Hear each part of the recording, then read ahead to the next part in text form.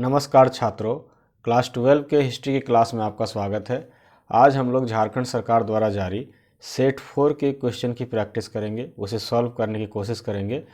और आप न केवल आंसर देखिएगा बल्कि उसके जो एक्सप्लेनेशन मैं करूँगा उस पर भी ध्यान दीजिएगा, ताकि इस पर आधारित अगर कोई दूसरा प्रश्न भी आए तो आप उसे कर पाने में सक्षम हो। तो चलिए हम लोग शुरू करते हैं मॉडल सेट 4 के क्वेश्चन की प्रैक्टिस। तो पहला क्वेश्चन ये है कि हड़प्पा वासी किस वस्तु के उत्पादन में सर्वप्रथम थे, अर्थात किस वस्तु का उत्पादन में वो फर्स्ट थे। तो मुद्रा, कांसे के औजार, कपास या जौ। तो साथियों, हड़प्पा वासी जो थे वो कांसे के औजार में एक नंबर थे। कहा जाए तो हड़प्पा का विकास ही जो हुआ था वो कांसे के औजार के कारण हुआ था। नेक्स्ट क्वेश्चन, कार्बन डेटिंग के आधार पर विकसित हड़प्पा काल कब से कब तक माना जाता है। तो कार्बन डेटिंग के आधार पर हड़प्पा काल कब से कब माना जाता है? 3500 से 2600 बीसी, 2600 से 1900 बीसी या 1900 से 1300 बीसी या इनमें से कोई नहीं। तो साथियों, कार्बन डेटिंग के आधार पर जो हड़प्पा का काल है वो है 2350 से या 2300 ईस्वी से माना जाता है 1750 बीसी तक माना जाता है।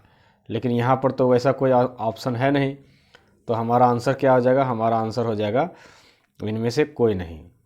2300 से 1750 नहीं दिया हुआ है, इसलिए हमारा आंसर होगा इनमें से कोई नहीं। नेक्स्ट क्वेश्चन, सिंधु सभ्यता में गुजरात का बंदरगाह कौन सा था? गुजरात में कौन सा बंदरगाह था? लोथल, रंगपुर, मोहनजोदड़ो या चौदड़ी। तो साथियों, लोथल जो है वो गुजरात में था, तो हमारा आंसर लोथल होगा। नेक्स्ट क्वेश्चन, मोहनजोदड़ो कहाँ स्थित है? उत्तर प्रदेश में, बिहार में, पाकिस्तान में या अफगानिस्तान में। तो मोहनजोदड़ो जो है वो वर्तमान के पाकिस्तान में स्थित है, तो हमारा आंसर क्या होगा? सी। क्वेश्चन नंबर 5, सिंधु सभ्यता के घर किससे बनाए जाते थे? ईंट से, बांस से, पत्थर से या लकड़ी से। तो सिंधु घाटी सभ्यता में ईंटों का आविष्कार हो चुका था, इसलिए वहाँ पर ईंट से घर बनाए जाते थे। ये नगरीय सभ्यता थी, आप लोग जानते ही हैं। नेक्स्ट क्वेश्चन, सुमेर से प्राप्त अभिलेख के अनुसार नाविकों का देश किसे कहा गया है? दिलमुन को, मागन को, मेलुहा को या इनमें से कोई नहीं। तो सुमेर से प्राप्त अभिलेख नाविकों को कहा जाता है, दिलमुन को कहा जाता है, तो हमारा आंसर क्या होगा? ए होगा। क्वेश्चन नंबर 7, हड़प्पा सभ्यता की सबसे विशिष्ट पुरावस्तु क्या है? मिट्टी की मूर्ति, धातु के समान, मनके या मुहर। तो साथियों, हड़प्पा सभ्यता की सबसे विशिष्ट पुरावस्तु जो है, प्राचीन वस्तु जो है वह मुहर है। शक संवत का आरंभ किसने किया? कनिष्क ने, रुद्रदामन ने, चंद्रगुप्त ने या अशोक ने। तो साथियों देखिए, नाम में ही छिपा हुआ है कनिष्क, शक है ना, शक कनिष्क मिला हुआ, आपको याद करने में भी अच्छा होगा। तो कनिष्क ने शक संवत का प्रारंभ किया था। क्यों किया था?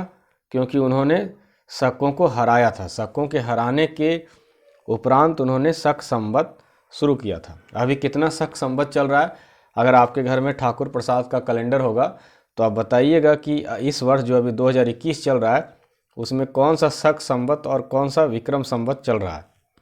क्वेश्चन नंबर 9, निम्नलिखित में भूमि अनुदान की प्रथा किसने आरंभ किया था?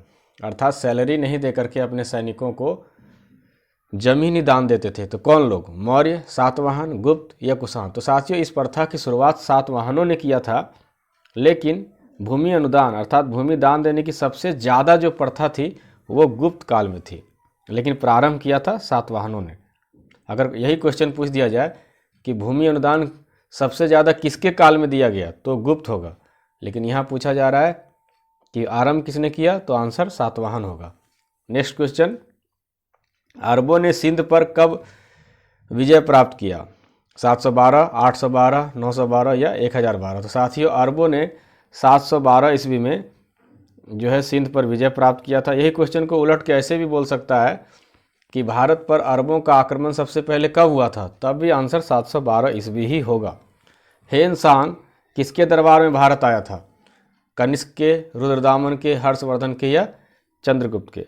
तो साथियों, हेनसांग जो है वो हर्षवर्धन के काल में भारत आया था, और हेनसांग के प्रभाव में ही आकर जो हर्षवर्धन था, जो पहले शिव जी का भक्त था, उन्होंने बौद्ध धर्म में दीक्षा ले ली थी। क्वेश्चन नंबर 12, चंद्रगुप्त द्वितीय की पुत्री प्रभावती का विवाह किस वंश के राजा के साथ हुआ था?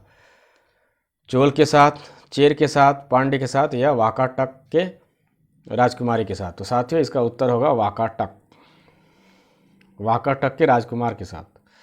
ठीक है। क्वेश्चन नंबर 13, प्राचीन काल में सुदर्शन झील किस राज्य में था? गुजरात में, राजस्थान में, पंजाब में या हरियाणा में? तो साथियों ये जो झील था वो गुजरात में था। चंद्रगुप्त मौर्य ने इसका निर्माण करवाया था। क्वेश्चन ऐसे ही पूछ सकता है कि सुदर्शन झील का निर्माण किसने करवाया? तो आपको लिखना होगा चंद्रगुप्त मौर्य ने।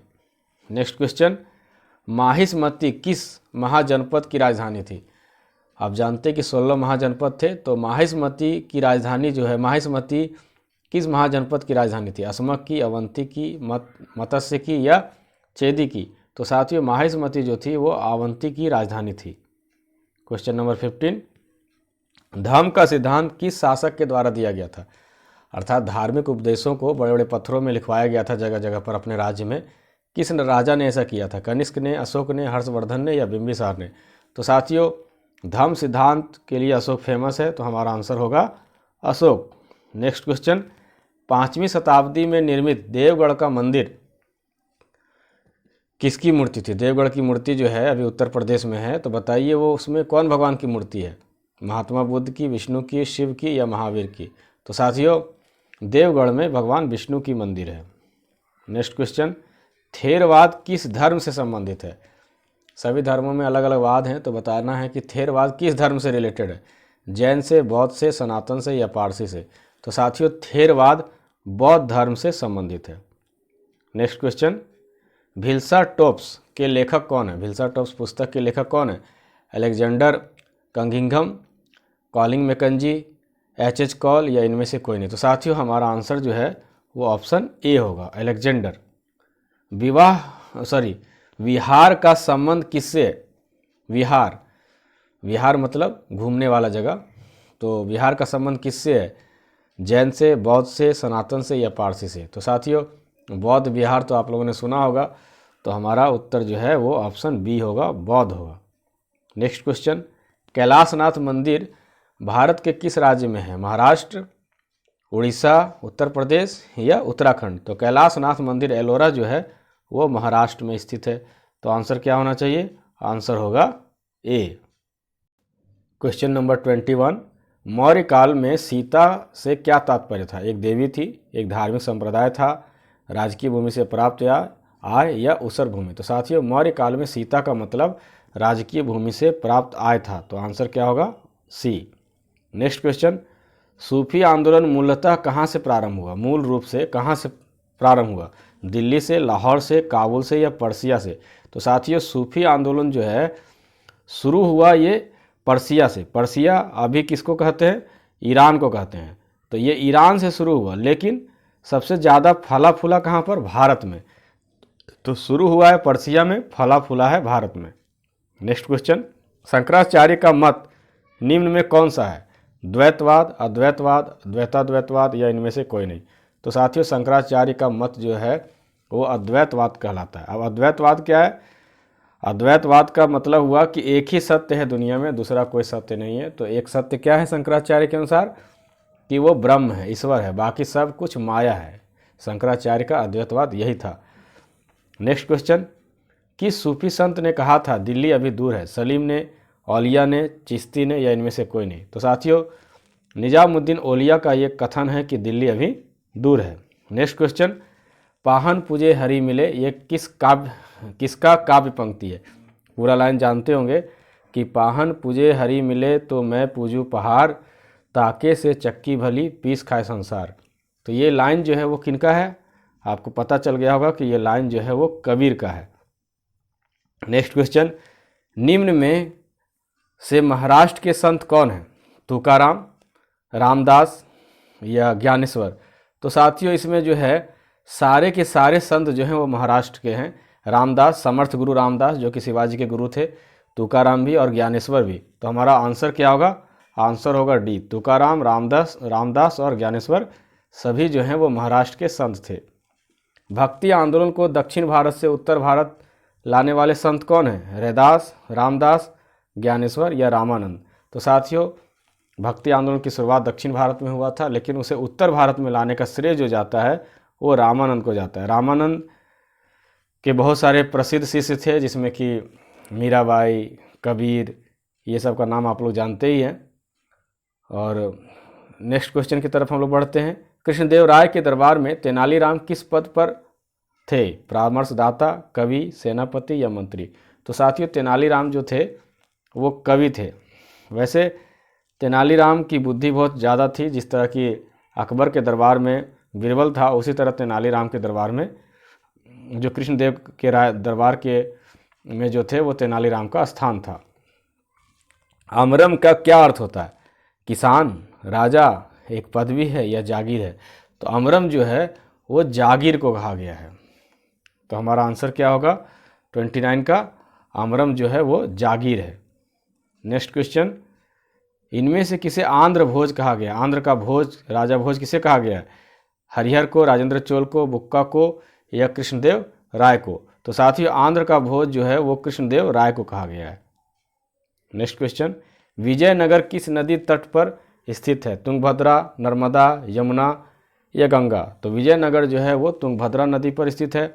विजय का नगर किसे कहा गया है? वो थर्ड जो है सेट में पूछा गया था, आप जानते हैं। विजय का नगर जो है वो विजयनगर है और ये तुंगभद्रा नदी पर स्थित है। इसके सबसे प्रसिद्ध राजा जो हैं वो कृष्णदेव राय हैं।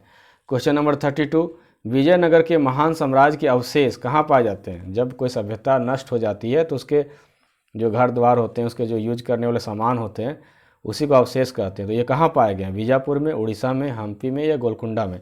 तो साथियों, विजयनगर के अवशेष जो हैं वो हम्पी में पाए गए हैं।